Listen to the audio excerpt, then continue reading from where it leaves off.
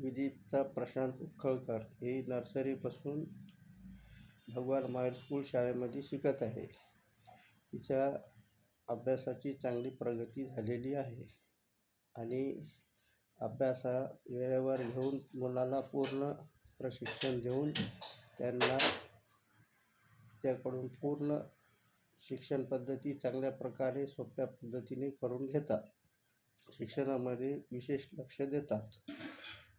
व शाळेमध्ये PT class, त्याच्यानंतर प्रत्येक सणवार हा चांगल्या पद्धतीने पार पाडला जातो.